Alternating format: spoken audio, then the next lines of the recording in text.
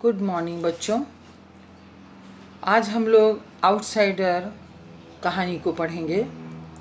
Outsider का अर्थ होता है बाहरी व्यक्ति, जो यानी अपने परिवार का सदस्य नहीं होता है। पहले तो आउटसाइडर का अर्थ कुछ और होता था, जो कि परिवार से बिल्कुल भिन्न व्यक्ति होते थे, उनको आउटसाइडर कहा जाता था। लेकिन इस कहानी को पढ़ने के पश्चात आपको पता चलेगा कि अपने घर के व्यक्ति भी, अपने ही माता पिता, अपनी ही बड़ी बहन किस तरह से आउटसाइडर हो जाती है, बाहरी व्यक्ति हो जाती है, जिसने कि संपूर्ण जीवन इस परिवार के लिए, अपने परिवार के लिए लगा दिया और संपूर्ण जीवन में अपने भाई बहनों के लिए करती रही और वो अंत में आउटसाइडर के रूप में प्रतीत होने लगती है। तो आइए हम इस कहानी को शुरू करते हैं। आउटसाइडर का अर्थ है बाहरी व्यक्ति।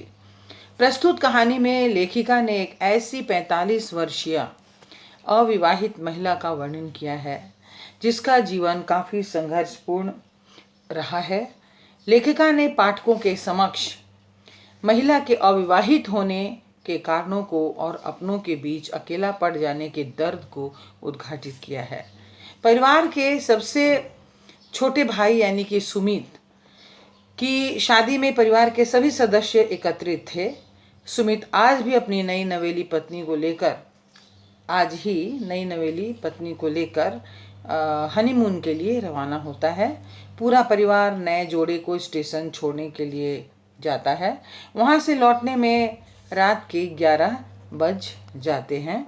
परिवार की सबसे बड़ी बहन नीलम काफ़ी थक चुकी थी, अतः वह आराम करना चाहती थी। हालांकि नीलम के सभी छोटे भाई बहन उससे बातचीत करने की योजना बना चुके थे, अतः वह आराम करना चाहती थी।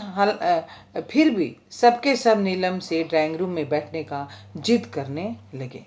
मजबूर होकर उसे उनके साथ बैठना पड़ा। घर की आखिरी शादी होने की वजह से सभी लोग एकत्रित हुए थे, किंतु शादी की आपाधापी में ठीक से बातचीत नहीं हो पाई थी। मात्र सुमित को छोड़कर नीलम का पूरा परिवार उसके सामने बैठा हुआ था। सुदीप, सुजीत दोनों भाई और उनकी बहुएं सुषमा और अलगा, उसकी बहन पूनम और उसका पति नरेश। इसी परिवार के लिए वह 25 वर्षों से संघर्ष करती आ रही थी। आज उसकी सारी जिम्मेदारियां पूरी हो चुकी थी। वह बहुत आराम महसूस कर रही थी। वह शादी में सबके सम्मिलित होने से काफ़ी खुश थी। पूनम बड़े भैया यानी सुदीप के आने से काफ़ी खुश थी, क्योंकि सुदीप उसकी और सुजीत की शादी में नहीं आया था। अतः पिछली दोनों शादियों का रौनक पूरा परिवार नहीं होने की वजह से फीका पड़ गया था। घर की आखिरी शादी थी। नीलम हर हालत में सुदीप की उपस्थिति चाहती थी। इसके लिए वह समधी जी से भी लड़ गई थी कि जब तक सुदीप के आने का कार्यक्रम तय नहीं हो जाता है, तब तक वह शादी का दिन निश्चित नहीं कर सकती है। उसने मन में ठान लिया था कि इस उत्सव में सबकी उपस्थिति जरूरी है।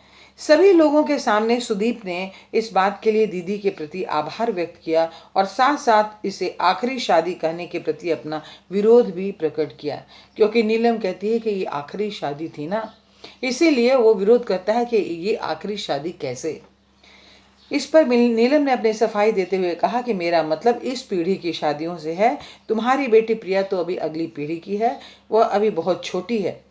पर इस पर सभी लोगों ने नीलम को यह समझाने का प्रयास किया कि यहाँ अभी अगली पीढ़ी की शादी की बात नहीं हो रही है, अपितु तुम्हारी शादी की बात हो रही है। इसलिए तुम्हें अपना गृहस्थी बसा लेना चाहिए। इस घर के लिए आपने इतना कुछ किया है, आपने अपनी पूरी जिंदगी परिवार के लिए होम कर दी है, अतः हम सब चाहते हैं कि अब आप भी इत्मीनान से जिंदगी बसर कीजिए। सभी भाई बहन की गृहस्थी बस गई है, सब लोग खुश हैं, किंतु सबके मन में अपराध बोध पलता रहता है। आज इतना ही बच्चों, इसके बाद अगले वीडियो में